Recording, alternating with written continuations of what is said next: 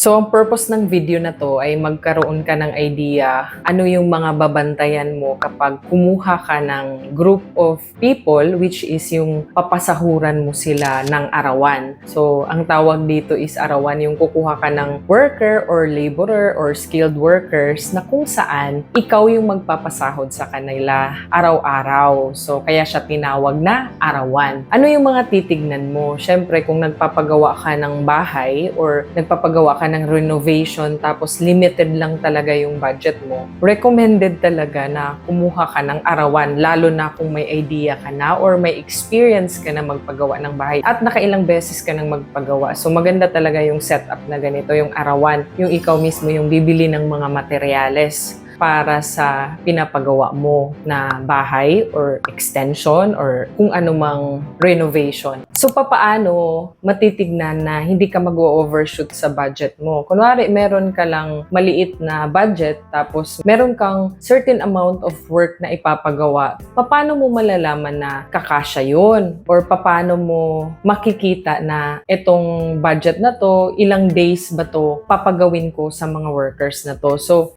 dito kasi sa arawan, meron kang flexibility na magdagdag or magbawas ng tao. Sa start pa lang, dapat clear ka na sa iyong vision or kung ano man yung pinaka-plano or ano yung pinapagawa mo. Dapat maset mo na talaga sa worker. Kunwari, kung ang nakuha mong worker ay swerte ka at merong foreman at meron siyang mga tao, tapos mapakisuyuan mo na arawan lang ang bayad. Kasi normally, yung mga foreman at may mga tao sila, namamakyaw talaga yan, pakyawan talaga yung sasabihin nila na itong work na to worth 100k to or 150, ganyan, or 60,000. Meron silang certain amount na sasabihin sa'yo. Pero kung nari, nakisuyo ka at napapayag mo na arawan, kasi yun talaga yung gusto mo, arawan kasi nga, yung limited nga yung budget mo. So, ang gagawin mo is, mag-clear mo talaga sa kanila kung ano or magkano yung budget mo. Kunwari, sasabihin mo na, maging transparent ka na yung budget ko lang talaga dito is 100k. Kaya ba ng arawan? Ilang days ba natin to tatapusin? Kaya ba natin tong gawin? Ano ba? Kaya ba talaga or hindi? Kasi syempre yung based sa experience ng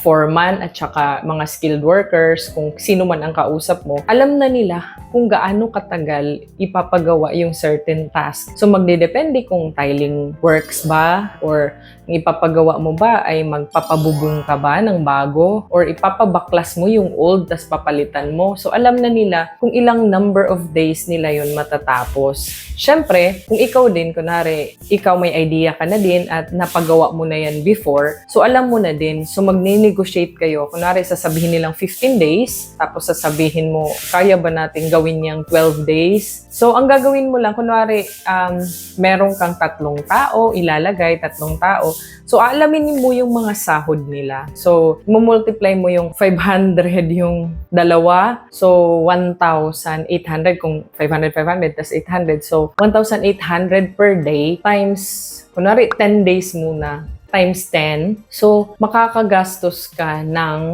18,000 pesos. So, yun pa lang makikita mo na, sa labor pa lang, ito na yung gagastusin ko. How about sa materials, di ba? So, yun, kapag nag-request sila sa mga materials or kung may kakilala ka naman na engineer or architect or nag-i-estimate ng mga materials na gagamitin, pero kadalasan yan, yung foreman, marunong na yan maglista or malalaman na niya ano yung mga kailangan para sa pinapagawa or project. So kapag naibigay na sa'yo yung mga list of materials, so ika-canvas mo na. Kung may nahanap ka na sa supplier na alam mo talaga na mura doon, kahit piso pa yan or 5 pesos yung difference, is maganda talaga. Doon ka bumili sa mas mababa. Kasi kapag nagpatong-patong na yan at may mga additional na request, pwede pang mas malaki yung masave mo kapag bumili ka sa mas murang supplier. So yun na, nakabili ka na ng materyales.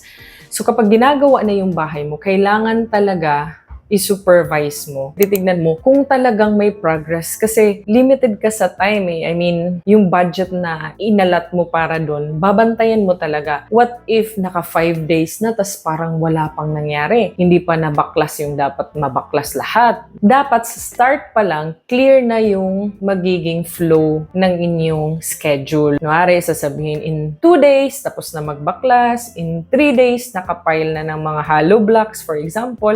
Yung meron ka na talagang mga target na dapat within sa napag-usapan or sa target nyo na mangyari sa yung pinapagawa. So, depende kasi kung anong pinapagawa mo, kung nagpapa-extend ka or mismong nagpapagawa ka from scratch or nagre-renovate. Nagdedepende yun. So, yung magiging progress ng trabaho is dapat talaga matignan mo. Kaya very important kapag nagpapaarawan ka, dahil daily yan, meron naman mga workers talaga na hindi nandadaya sa time nila. Yung ginagamit talaga nila yung time nila or oras nila para magtrabaho. Ang result din nun, yung owner, since masaya sila sa ginagawa ng kanilang mga worker, libre sila ng tanghalian, ganyan, ng lunch or snack, ganyan. Depende yan sa may-ari din. Naniniwala pa rin ako na may mga worker pa rin na maaayos. Siyempre, kailangan talaga din yan ng supervision.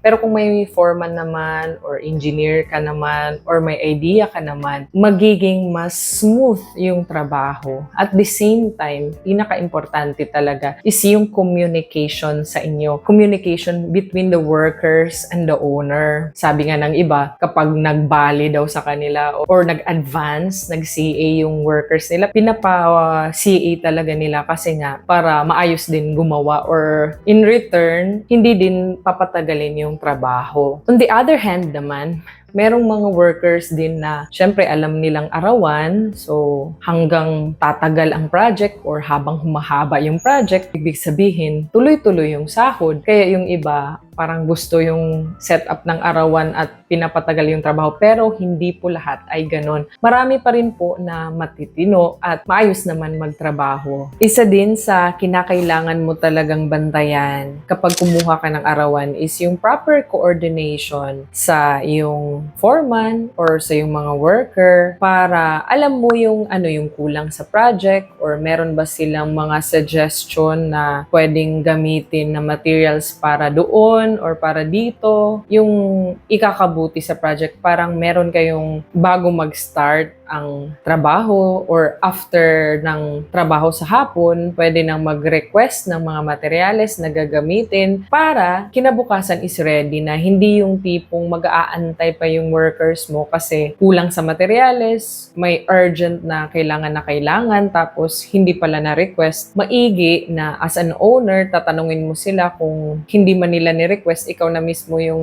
mauna. Ikaw na yung magsasabi na ano yung mga kailangan nyo the next day para ngayon, mabili ko na para hindi tayo magahol sa oras kapag wari gagamitin nyo na tapos crucial yun, hindi matutuloy yung work kapag hindi pa yun dumadating. So, dapat yung pag-request nun is very clear na mas ahead pa talaga siya, hindi yung tipong kung kailan gagamitin, saka i-request. So, isa yan sa dapat mong titignan kasi kapag limited ang budget mo, yung time is very important na walang maging idle or walang maging petics doon, lahat ginagamit talaga. Pwede mo din gawin na sa start pa lang para hindi naman masaktan yung mga kinuha mong workers or mga laborers or skilled workers, is clear ka na, uy, ikaw, hanggang dito ka lang kukunin ko ha, hanggang baklas lang ng mga lumang roofing or aayusin.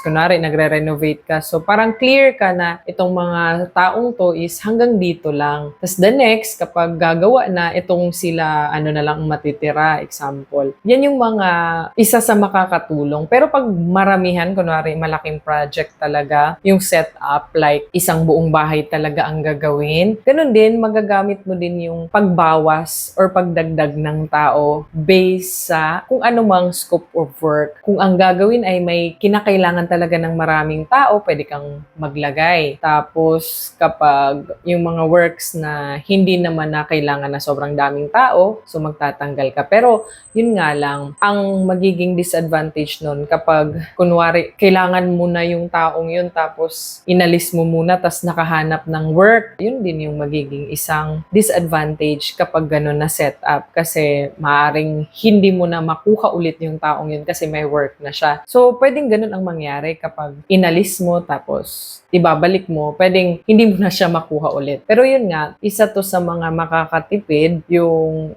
hindi buuhan. Kunwari, 10 tao hanggang matapos ang project, 10 pa rin. Eh kung ang gagawin na lang, ang requirement na lang is, 3 tao na lang, mga gano'n na setup. So yung discussion natin is, nagva-vary from person to person or yung owner to owner kung depende lang sa scope of work na pinapagawa. Yung diniscuss natin dito is yung mga titignan mo lang. So, very important, yung supervision, yung syempre titignan mo yung work at saka yung goal na itong araw na to, after 5 days ba, tapos na tong certain work na to, ganyan. So meron kang clear understanding tsaka clear goal, masasabi mo sa workers mo. May collaboration between the owner tsaka sa workers. So, very clear yun kung nag-uusap. Yung communication is hindi malabo. As an owner, yun yung titignan mo kasi syempre, ikaw din yung maliban sa foreman or sa leadman nila, ikaw yung nagsusupervise talaga kung pasado ba sa'yo, kung may reklamo ka ba. So, maganda na ma-communicate mo sa kanila ng maayos para yung paggawa din, maayos din yung maging result. So, ang pinaka-advantage talaga ng arawan is that merong flexibility at the same time, magkakaroon ka ng savings kapag, yun nga, maayos ang pagkagawa or merong clear plan, merong clear na vision na ito lang yung kahabaan ng work, ito yung gagawin, kapag nasunod talaga kung ano yung pinaka-goal mo. Pero kapag hindi nasunod, yun yung medyo mahirap kasi kung may redo, baka mas matagal pa instead na kumuha ka sana ng pakyawan na mabilis lang, baka 1 week tapos na. Yung dapat 1 week lang gawin tapos ginawang 2 weeks dahil arawan. So, yan yung magiging disadvantage. So, kung gusto mo